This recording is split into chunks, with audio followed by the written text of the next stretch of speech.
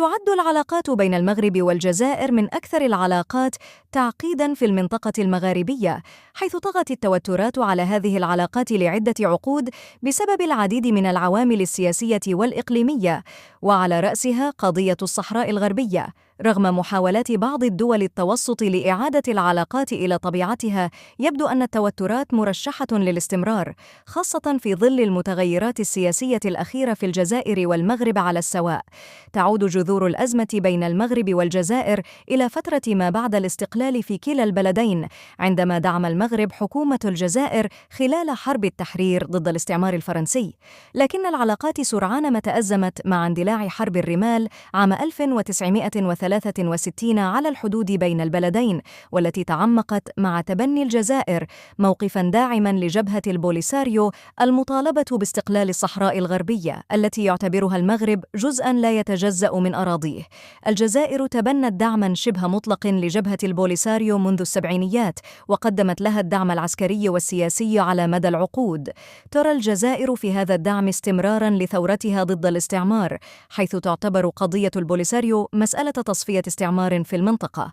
ومع ذلك يعتبر المغرب أن هذا التدخل الجزائري يشكل تهديداً لسيادته الوطنية، ويعتبر أن الجزائر تستخدم البوليساريو كورقة ضغط لعرقلة نفوذ المغرب الإقليمي. أحد أكبر العوامل الجديدة التي تؤثر على العلاقات هو التحالف العسكري بين المغرب وإسرائيل بعد اتفاقية أبراهام. العلاقات العسكرية المتنامية بين البلدين أثارت قلق الجزائر، التي ترى أن هذا التحالف يهدد توازن القوى في المنطقة. بالإضافة إلى ذلك، العلاقات المغربية الأمريكية، خصوصاً بعد اعتراف الولايات المتحدة بسيادة المغرب على الصحراء، زادت من عزلة الجزائر دبلوماسياً. الانتخابات الرئاسية الجزائرية تشكل عاملاً مهماً في تحديد مستقبل السياسة الخارجية الجزائرية. هناك توقعات بأن الجزائر قد تستمر في سياستها العدائية تجاه المغرب، خاصة مع تزايد الاعتماد الجزائري على إظهار الدعم للبوليساريو لتعزيز نفوذها في المنطقة. ومع تزايد دور الجزائر كمصدر للغاز الطبيعي إلى أوروبا، قد تحاول الجزائر استغلال هذا التأثير لتعزيز موقفها الدبلوماسي، وهو ما قد يعقد العلاقات أكثر. بالرغم من التوترات المتصاعدة، يبقى هناك أمل في تحسين العلاقات إذا تغيرت الديناميكيات الإقليمية.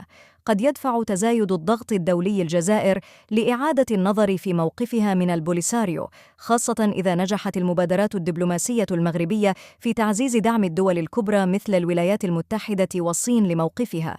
في المقابل، المغرب يسعى لتعزيز مكانته كقوة إقليمية، وهو ما يتطلب منه تحسين علاقاته مع جيرانه، بما في ذلك الجزائر، لتحقيق استقرار أكبر في المنطقة. مستقبل العلاقات المغربية الجزائرية مرهون بعدة عوامل، منها قضية الصحراء والسياسة الخارجية الجزائرية والدور العسكري المغربي المتزايد في المنطقة. رغم التوترات الحالية، قد تكون هناك فرص لتحسين العلاقات إذا تم التعامل مع القضايا الجوهرية بشكل دبلوماسي بناء يراعي مصالح الطرفين.